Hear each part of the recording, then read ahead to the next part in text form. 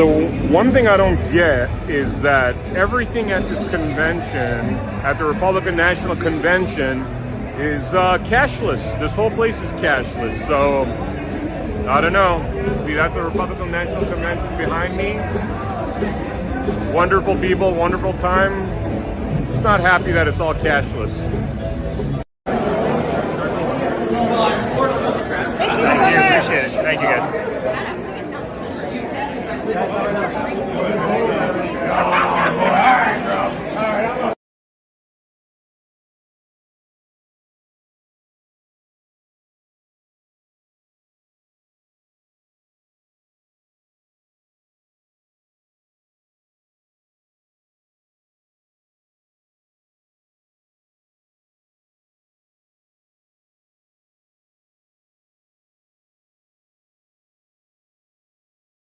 Secret is how to control everybody else. And you never understand how to control everybody else until you get to the top of this pyramid of initiation. Most people never make it past the third step. All above that are carefully chosen and nurtured and taught. And Americans for all these years have been looking around for the enemy. They've never been able to find an enemy. So those who control them were able to control them even better by giving them an enemy. That's what Stalin and Churchill and Roosevelt determined at Yalta. Who was going to be the enemy post-war? Turned out to be Stalin. And there was going to be this phony Cold War so that the population would never discover the real enemy. And I'm talking about the population of the Soviet Union as well as the rest of the world. You see, the enemy has always been here. It's your uncle, your aunt, your father, your mother, your brother, your sister, your nephew, your nieces, who belong to the fraternal orders collectively known as the mysteries. The very highest degrees of which, combined together, make up a secret order known as the Illuminati. Their goal is to destroy all existing religions save theirs, all existing governments save theirs, and shackle the mob in a system of eternal oppressive debt chained to a computer for the rest of their life, and a propagandized world to make them believe that they are happy in this system. Now, do you think they're succeeding?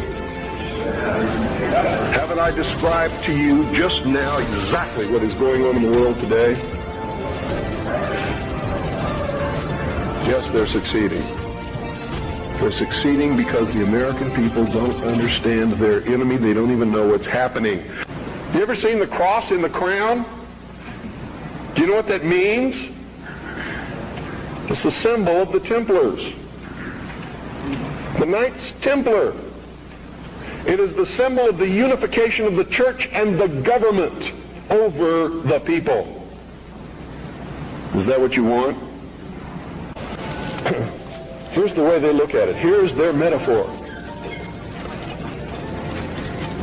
for the end of innocence. Adam and Eve were held prisoner in the Garden of Eden by an unjust, cruel, and vindictive God.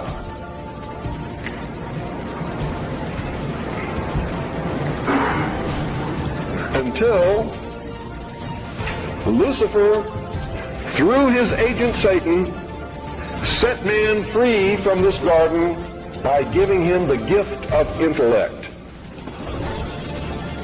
Through the use of intellect, man will conquer the earth, will conquer nature, and will himself become God. It's taught in every Masonic temple in this land. Every secret brotherhood, every secret society, every mystical temple, every occult organization teaches the Luciferian philosophy. They are humanists. That's their religion. At the highest level, their goal is to create a world in which the adepts the thousand points of light working behind the veil to create the culmination of the great plan can realize the ultimate happiness for mankind. That's why they don't oppose pornography. That's why they don't oppose certain crimes.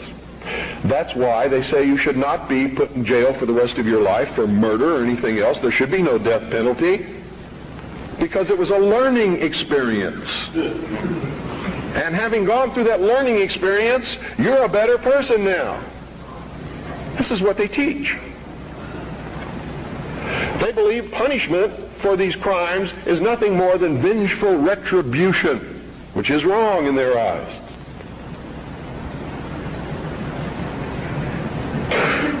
So these are really the two philosophies that we have competing with each other in the world today. Who brought man the gift of fire? Prometheus. Who was Prometheus? Lucifer. What was the gift of fire? Knowledge, intellect. Hasn't man created industry, culture, society, science from the use of one solitary thing? Fire. Without fire, none of it would have occurred. None of it. Nothing. There would be no society without fire. That's how it's represented in the ancient myths and in the mysteries. How art thou fallen from heaven, O Lucifer, son of the morning? What is it represented as? A bolt of lightning struck a tree. The tree burst into flames. Ancient man, if you watch the movie Quest for Fire, rushed up and grabbed one of the burning branches, and it burned his hand and he let it go. He probably didn't go any farther than that the first time. Second time, he may have found a deer that had been roasted by the heat of the fire in the forest. And being hungry, maybe he partook of some of that meat and found that it tasted pretty good. Also, the fire was warm and didn't get cold at night. And this is where the whole battle between the forces of light and darkness comes from. Man sat up on a rock one night watching the sunset and said, "Boy, I'm in deep trouble now. I can't see in the dark. There's wild beasts out there. There's tigers with teeth 7 inches long that want me for dinner. What am I going to do?" He didn't know what to do.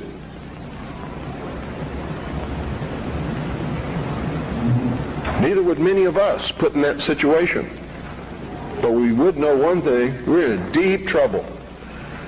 And so for a good part of his history, man sat huddled in the darkness in some place that made him feel secure, waiting to be saved. Now remember, folks, I'm not telling you what I believe. I'm telling you what is taught in the mysteries. I'm telling you what our enemies believe. Make no mistake about it, they are our mortal enemies. They want to see us wiped off the face of the earth. So, like many Americans, up until recently, I did not care about politics. Quite honestly, I didn't even vote until 2020. I've ended friendships over views that are just not okay. Why do I have a college degree and I make decent money and I'm living with family? I can't afford groceries. I can't afford my car payment. I can't afford anything. My parents have to help me, quite honestly, and I'm going to be 30 years old. I really want to know, this is my question for the people that think that this country is okay. What are you watching?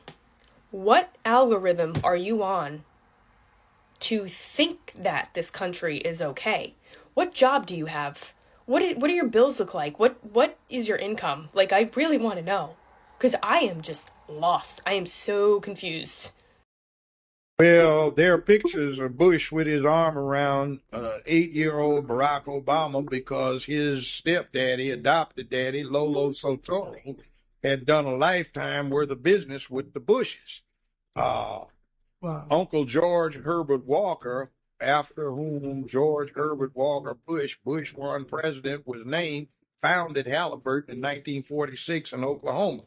And Lolo Sotoro had been international executive vice president for Standard Oil. There was talk of him being a CIA asset. Oh, well, yeah. See, he ran the death squads for the Indonesian army. On his own call, anyone could be assassinated. So when George Herbert Walker Bush became head of the CIA under the Ford administration, he just got with his old buddy in the oil business, Lolo Sotoro, and pulled off the hits. See, Barack's grandmother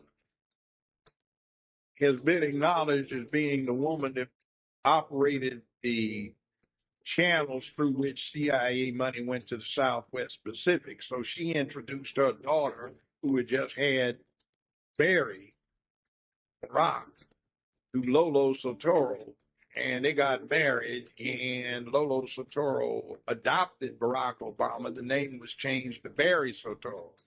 Now, when he went to high school in Hawaii, I know about that high school. I almost sent my oldest son to it. I could afford it, but I didn't think he deserved it.